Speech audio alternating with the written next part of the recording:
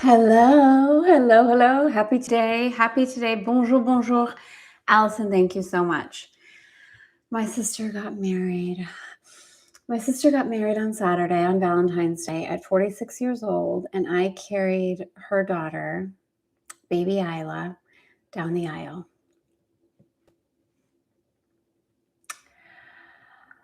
I don't even know what to say. I had so many visions when I was visioning of having my own daughter and going through all my IVFs of Dave and I renewing our vows and carrying a little girl down the aisle. And look, God knows what it's doing. God knows what it's doing. I don't really have words. I was honored to speak at the wedding. I witnessed my sister living into her fullest life. It was the most beautiful thing. My boys were there. Dave was there, my parents. It was a really small, intimate wedding. Her husband's family. It was my brother married them. It was like you can't. It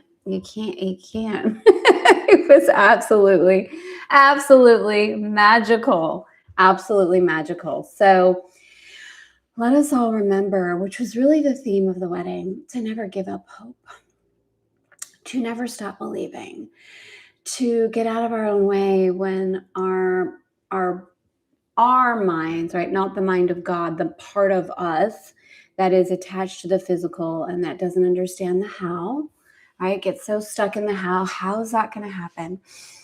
There's no way anybody could have planned what happened to my sister. And she is a constant source of inspiration and hope and beauty and love, and just that, she named her daughter Isla Hope, to remind herself to never give up on hope. And I think hope is underrated. When we start to move through our lives without that hope, when we get too much into the logical, too much into, okay, if A equals B equals C, this is how I could see this thing happening. We do it in our businesses. We do it with our bodies. We do it in our love life. We do it with finances. We do it in every area of our life where we think that only that which we have known or have experienced in the past, that's the only point of reference we tend to use. And when we stop doing that and we really allow the divine unknowing to pour itself into us, when we let go of everything we think we've known and we allow the divine to pour itself into us, this is when we are aligned with miracles. So one of the things that I shared in my speech is I said, miracles don't arrive early. They arrive when someone is stubborn enough to believe. And I did a cheers to love, a cheers to all of them, and a cheers to miracles that know exactly what they are doing. So you may have come to this course. You may have been following us from the very beginning. You may happen upon this. It might pop up for you in a YouTube recommendation algorithm. Maybe you're a part of Elegant Femme and you pop in here from time to time, no matter what lesson you're on or whether you're on no lesson, you haven't started yet. There's something that drew you here to A Course in Miracles. There's a connection with you with miracles. What does that mean to you? Like when you first saw the course, I remember for me, I was like, oh my gosh, I need some miracles in my life. Let's have a matcha moment. Good morning, Elaine. I came to the course when I first found it. I need some miracles in my life. Come on, I'm ready for those. What's A Course in Miracles? Give me that. I want that. I want all the miracles. And we can move into the course, life, spiritual growth, evolution. We can learn, we can grow, and then we can get impatient, can't we?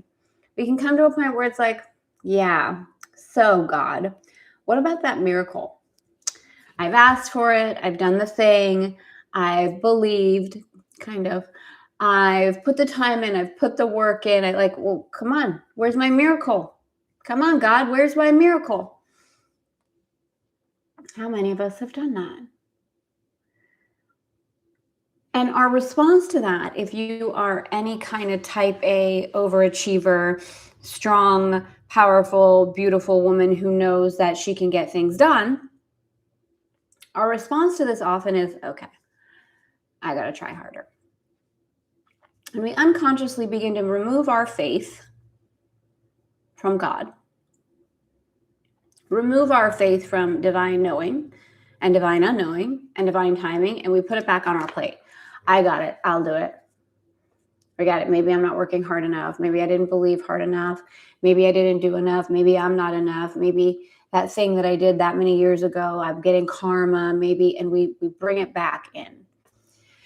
And we forget the core principle that I shared at my sister's wedding, which is miracles know exactly what they are doing. They do not arrive early. They arrive on time. And they do arrive when we are stubborn enough to continue to believe. It's this beautiful dance, isn't it?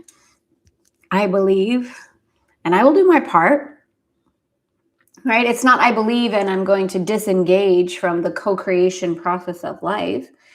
I believe, I will do my part, and I trust the divine unknowing. I trust that it's always this or something even better. I wrote hundreds of visions for my daughter. Hundreds of visions, 5 IVFs, hundreds of thousands of dollars, commitment, years, love, faith, patience, until it was clear to me that that wasn't in alignment, that there was something better. Didn't know what it was. Really. Part of me did. But not really. No, I didn't have a guarantee. And 2 days ago, I walked my sister's baby, beautiful baby Isla, down the aisle. So today, I want to infuse hope into our time together. Let's move into the lesson. Lesson 270. Woo, are we ready? Lesson 270. We are here. 95 lessons to go. We are going to take our time and we're going to enjoy it. I will not use the body's eyes today. Lesson 270. I will not use the body's eyes today. Father, Christ's vision is your gift to me. God, the vision of light, the vision of consciousness, the vision of Christ's consciousness is your gift to me. And it has power to translate all that the body's eyes behold into the sight of a forgiven world. How glorious and gracious is this world, yet how much more will I perceive in it than sight can give. The world forgiven signifies your son acknowledges his father. Whoo. Okay, let's put a little pin in it. I do this every time. If you're brand new, this is Elegant Femme's Guide to A Course in Miracles. So I will give the way that I choose to receive some of the words in the course are different than how some of the words are written, not because I think the words that are written in A Course in Miracles are wrong by any means, obviously. It's because I choose to have a personal relationship with everything in my life. Whether it's A Course in Miracles, whether it's a tree, whether it's my money, whether it's whatever it is, it's my relationship. So for me, in order to allow an intimacy, I need to frame things in a way that feel good to me. And I encourage you to do the same. I encourage you to not take anything just as, okay, well, this is what it is. I've got to figure out how to conform myself around this because this is just the way it is. No. Anything in life. Right? What is the way that you can receive it in a way that feels good and true to you? This is the point. So for me, I've said this many times. If I would have picked up the course and read a sentence like this, I would have put the course back down, which is what so many people do. They are drawn to it. They pick it up. They read a line like this that either feels overly religious, to them. Okay, there's nothing wrong with religion. We say that all the time as well. Religion is beautiful. But if it evokes some sort of trigger or distance, right? There's an opportunity to either react and, okay, well, forget it. This isn't for me. Or look at it and say, what is underneath this? What does this really mean? How can I connect with this? So this sentence, your son acknowledges his father, lets The world forgiven signifies your son acknowledges his father. Let his dreams be brought to truth. Okay, so the world forgiven signifies, so first of all, the world forgiven is just those who, as we remember, right? Forgiveness is really forgiving ourselves for buying into the illusion that we are anything less than God. That's ultimate forgiveness. So the world forgiven, so the world as it remembers who it really is, what it really is, signifies your son, signifies you, signifies me, signifies that we acknowledge God. The world remembering signifies that we acknowledge God. We acknowledge who we are and where we came from. Let our dreams be brought to truth, right? As we move through the world, remembering who we truly are, signifying, acknowledging that we are one with God, our dreams are brought to truth and waits expectantly the one remaining instant more of time which ends forever. We recognize and remember our timelessness. As your memory, as God, returns to him, as your memory returns to you, as my memory returns to me. And now his will, there's no his will, your will, and it says this, and now God's will is one with yours. It always was.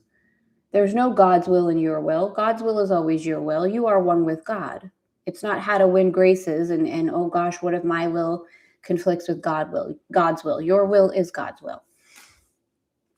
God's function now is but your own. It always was. And every thought except your own is gone. This is really beautiful. And every thought except your own is gone. I love this line because here we really do see the unity of it's not every thought you had before is gone and now you're approved to walk with God or to be with God. It's God's function now is but your own, and every thought except your own is gone. There's nothing wrong with you, right? Every thought except your own truth. It's you. You got this. The quiet of today will bless our hearts, and through them peace will come to everyone.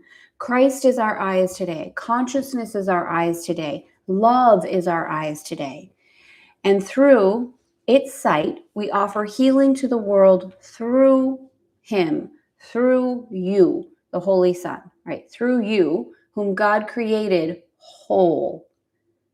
You, whom God created one. Unity, connection, oneness. Yes? Yes, yes, yes. All right, beautiful ladies. How are we feeling about this? Happy Monday. This is a stunning lesson. And this is really going back to what the Course talks about. God, help me see this differently. So as you walk through the world today, this lesson, I will not use the body's eyes today. So really, I will not be limited with what the physical world initially reflects to me, right? I'm going to see beyond that. I'm going to ask God consistently throughout the day, God, help me see this differently. Help me see the truth in this. Help me see the light in this. Help me see the love in this. I will not use the body's eyes today.